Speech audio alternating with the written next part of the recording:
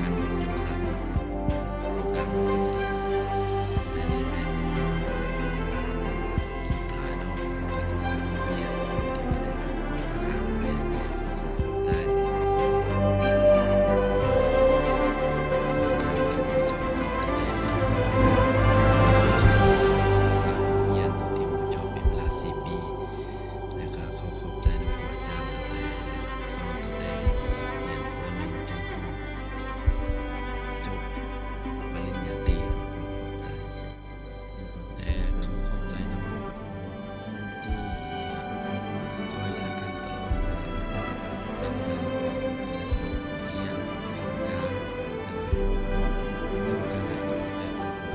สุดท้ายนี้ก็ขอโทษขออภัยตอนที่